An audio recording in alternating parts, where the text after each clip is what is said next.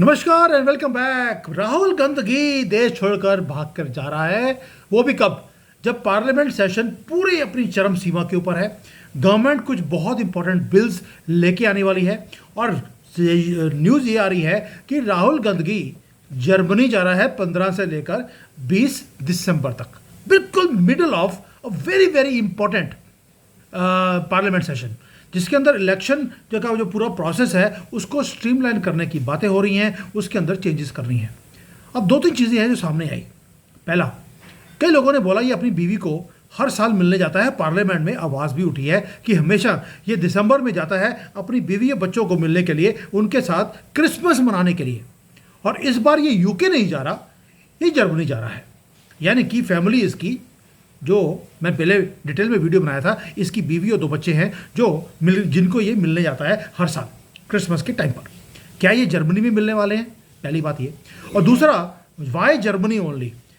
क्योंकि ये tool kit लेने जा रहा है। जर्मनी वो कंट्री है जिन्होंने हमेशा ही एंटी नेशनल्स को सपोर्ट किया है। आपको याद होगा जब केजरीवाल को जेल हुआ था, Germany was the first country जिन्होंने ऑब्जेक्ट किया था कि केजरीवाल को जेल नहीं होनी चाहिए। भाई हमारे यहाँ पर एक मंत्री है या चीफ मिनिस्टर है, उसने धांधली करी, सिर्फ 70-80 हज़ार करोड़ रुपए का चूना लगाया गवर्नमेंट को, वो भी एक स्टेट, सिर्फ दिल्ली जैसे स्टेट को 70,000 करोड़ का चूना लगा दिया। और जर्मनी बोलता है इसको छोड़ दो। क्यों? क्योंकि इसको खड़ा करने के लिए, इसको अपॉइंट करवाने के लिए और इसका पॉलिटिकल करियर को चमकाने के लिए जर्मनी ने पैसे लगाए थे। और आज वही कंट्री में राहुल गांधी जाता है, या तो अपनी वाइफ को मिलने जा रहा है क्रिसमस मनाने के लिए, या ये वहाँ पे जा रहा है नई टूल किट लेने के लिए। बताया ये गया है कांग्रेस की तरफ से कि वहाँ पर ये इंडियन डायस्पोरा को मिलेगा और वहाँ पर जो वहाँ के लॉ मेकर्स हैं उनको मिलेगा। या मैं तो ये बोलता हूँ ये डिसअपेयरिंग एक्ट है। तीसरा रीज़न ये है कि इसके ऊपर अब जो रायबरेली में केस हो गया इसका फॉरेन उसका पासपोर्ट का, कि ये भारत का नेशनल है नहीं, ये झूठ बोलकर ये यहाँ का मंत्री बना है। ऊपर से सोनिया गांधी का भी पता लग गया, उसके ऊपर भी केस हो गया है कि वो 1980 में उसका वोटर कार्ड बन गया था, जबकि वो इंडियन नेशनल बनी 1982 में। ये बात करते हैं वोट चोरी की। वोट चोर तो ये सबसे बड़े ये हैं, और राहुल गांधी तो देश चोरी है और देश छोड़कर इसलिए जा भी रहा है क्योंकि इसके ऊपर काज गिरने वाली है दिसंबर 12 से पहले पहले। FIR लॉन्च हो रही है और ये इमीडिएटली भाग रहा है जर्मनी में अपने करियर को बचाने के लिए। अब आप फैक्ट्स देखिए क्या है। विंटर सेशन फुल स्विंग पे है, वाइटल डिस्कशंस हो रही हैं इलेक्टोरल रिफॉर्म्स के ऊपर। पूरी कंट्री देख रही है कि क्या होगा। और लीडर ऑफ ऑपोजिशन, जिसको LOP बोलते हैं लोग, ये लीडर ऑफ पागल्स एंड पप्पूस है। राहुल गांधी जा रहा है, कंफर्म्ड रिपोर्ट है कि ये अपना बैग पैक कर रहा है इस वक्त।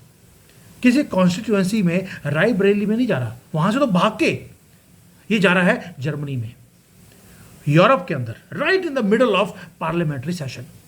सोच के देखिए। और पीछे क्या छोड़ के जा रहा है, एक और बता रहा हूं आपको।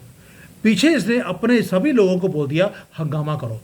जब भी कोई गवर्नमेंट का आदमी खड़े होकर बोलने की कोशिश करता है, वो मोदी जी हों, आपने देखा होगा वीडियोस को, वो अमित शाह हों, जब इनके क्वेश्चंस के आंसर वो दे रहे होते हैं, ये हल्ला करते हैं ताकि उनको चीख के बोलना पड़े, तंग हो जवाब देते टाइम पर।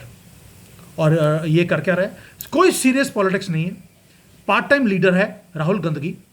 और फाइट जो है, उसने बोला था कि मैं संविधान को बचाऊंगा, तो उसी संविधान को छोड़कर जर्मनी जा रहा है और पीछे छोड़ गया अपने कॉमरेड्स को बोल दिया कि हल्ला करो।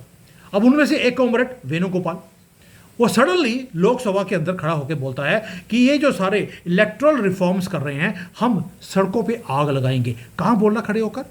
पार्लियामेंट में खड़े होकर कांग्रेस का नेता, जो कि राइट हैंड है राहुल गांधी का, डिबेट नहीं कर रहा, वो थ्रेटन कर रहा है कि मैं सड़कों पे अब आग लगाऊंगा, प्रोटेस्ट करेंगे हम पूरे भारत के अंदर और पूरे सिस्टम को हम तबाह कर देंगे। लैंग्वेज देखिए, ये लैंग्वेज वो है जो पाकिस्तान वाले बोलते हैं कि हम आग लगा देंगे, हम कुछ भी चलने नहीं देंगे।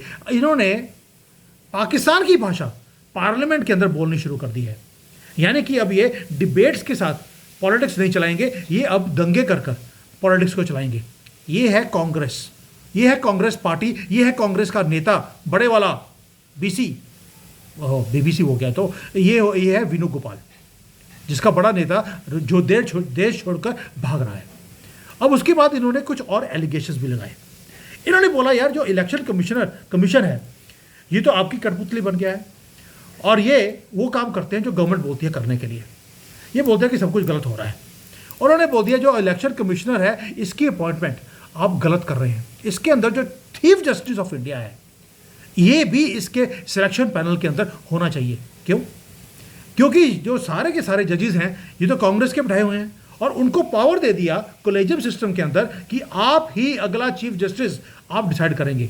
सारे जज कांग्रेस की फेवर के और वो ठग जो बड़े वाला बनेगा वो भी कांग्रेस की फेवर का बनेगा। और कांग्रेस चाहती है कि जो इलेक्शन कमिश्नर है वो कांग्रेस का बैठा चूज किया हुआ वो बनना चाहिए।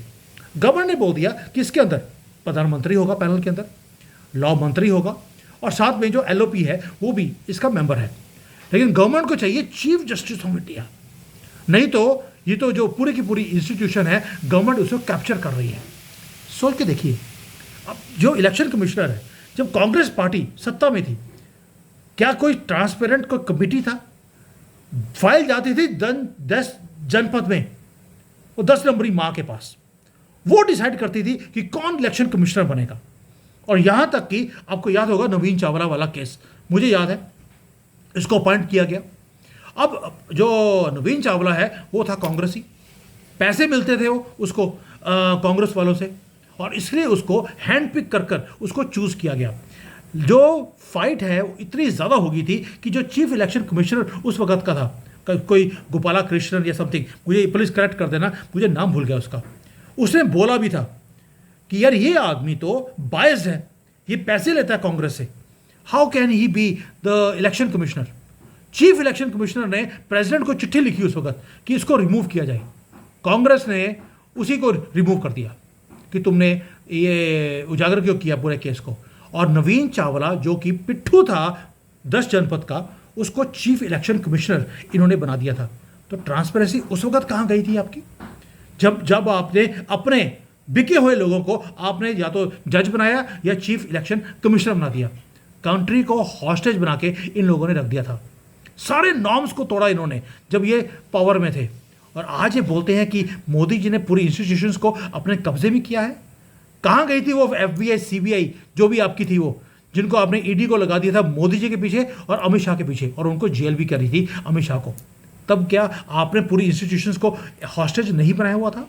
और आज आप बोलते हैं कि प्रधानमंत्री जो और एक कैबिनेट मंत्री और LOP, ये सिर्फ इलेक्शन कमिश्नर को नहीं, इसके अंदर जज भी होने चाहिए जो कि हमारे अपॉइंटेड है।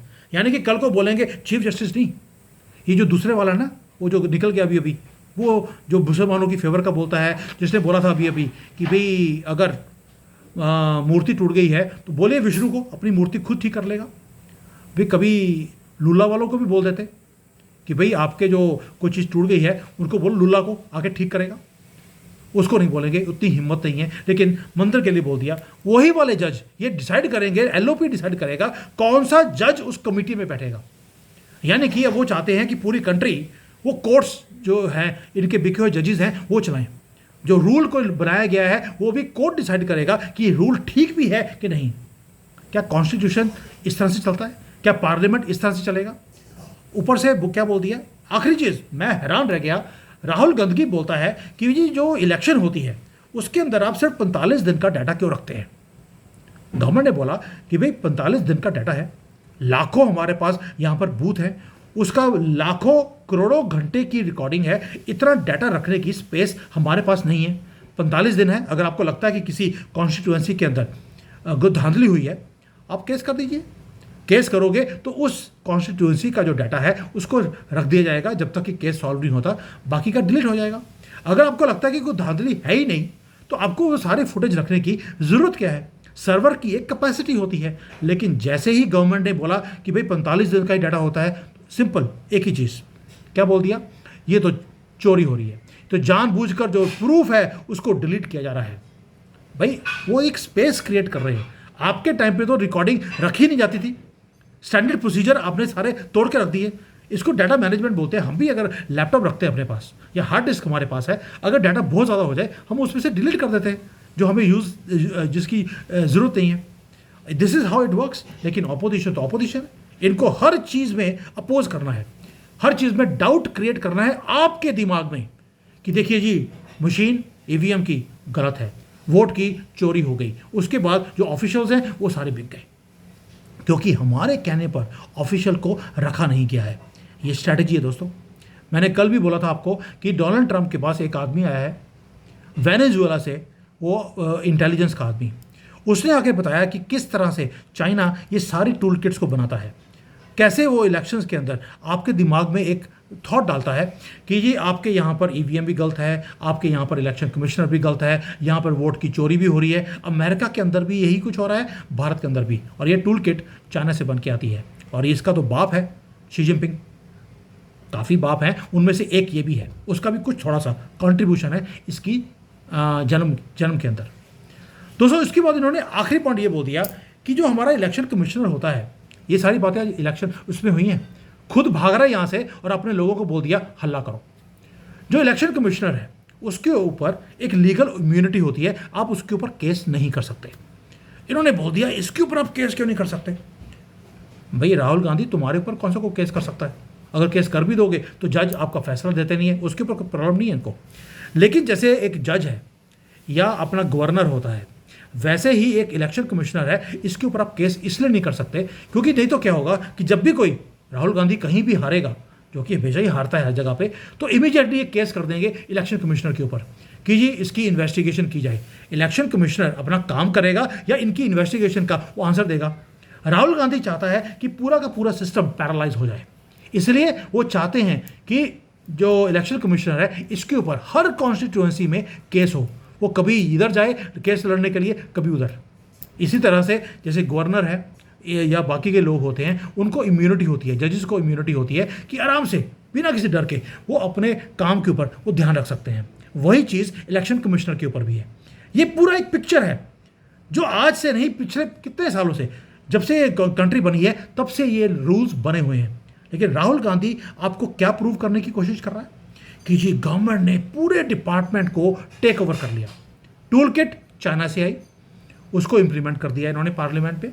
अब जर्मनी जा रहा है एक नई टूल किट लेने के लिए, प्लस 5 दिन छुट्टियां मनाएगा वाइफ और बच्चों के साथ। दोस्तों, ये है गवर्नमेंट कह रही है कि हर चीज़ को हमने स्ट्रीमलाइन करना है, और अपोजिशन बोलती है कि हमने हर चीज़ को तबाह करना है इस कंट्री में। अगर हम जीत नहीं सकते तो हम किसी और को जीतने नहीं देंगे, और अगर वो जीत रहे हैं तो लोगों को बताएंगे ये तो चोरी हो गई। ये चाहते क्या हैं? ये चाहते हैं अपने फेवरेट लोगों को ये वहाँ पर अपॉइंट किया जाए जो न्यूट्रल ना हो, क्योंकि इनके टाइम पर, नवीन चावला याद है ना आपको, इनके टाइम पर जो न्यूट्रल नहीं थे उन्हीं को चूज़ किया जाता था। नहीं तो अगर इनके चूज़ किया हुआ आदमी वो नहीं रखा तो ये सड़कों पे आकर ये आग लगाएंगे और इस कंट्री को हॉस्टेज बना देंगे। और खुद जर्मनी जा रहे हैं, यानी कि 15 से लेकर 20 दिसंबर तक भारत में फिर दोबारा से या तो कोई बड़ा हमला होगा या कोई टेररिस्ट अटैक होगा या ये करेंगे, क्योंकि इन्होंने अपने जो गली गली में इनके जिहादी खड़े हैं इनको बोल रहे हैं सड़कों पे आ जाओ, यानी कि अब ये कंट्री को चलने नहीं देंगे। ये है हालत हमारी ऑपोजिशन की।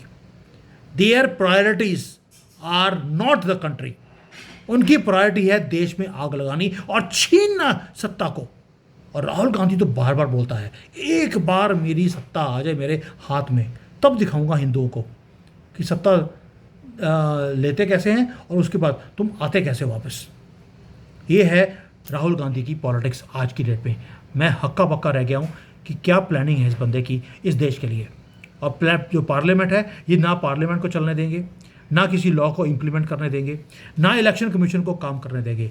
हर रोज़ एक ही रोना, जहाँ पर ये जीतते नहीं हैं वहाँ पर धांधली, और जहाँ पर जीते थे वहाँ पर हालत क्या है। झारखंड इनके हाथ से निकलने वाला है, कर्नाटका में सपा पड़ा हुआ है, और ये 3 स्टेट्स में से 2 स्टेट इनके हाथ से निकलने वाले हैं। और ये उसमें भी बोलेंगे ये तो मोदी जी की चाल है। अपनी करनी देखते नहीं है कि किस तरह से काम कर रहे हैं अपने इनके स्टेट्स के लोग। और जो क्वेश्चन मार्क है वो है हर इंस्टीट्यूशन के ऊपर, एक्सेप्ट कभी देखा है इन्होंने कभी जजेस के ऊपर क्वेश्चन मार्क लगाया हो कि आप रोज़ पैसे लेकर जो जजमेंट देते हैं उनके ऊपर कभी नहीं बोलेंगे। क्यों? वो सारे के सारे कांग्रेस के खुद के बिठाए हुए दल्ले हैं। सॉरी, ये वर्ड यूज़ कर रहा हूँ, लेकिन हमारा जो कोर्ट सिस्टम है भारत का, वो सारे दल्ले बिठाए हुए हैं कांग्रेस के, उनके लिए कभी नहीं बोलेंगे, और बाकी किसी इंस्टीट्यूशन को कभी ये छोड़ते नहीं हैं। ये है politics of today. Thank you. जय हिंद। वंदे मातरम।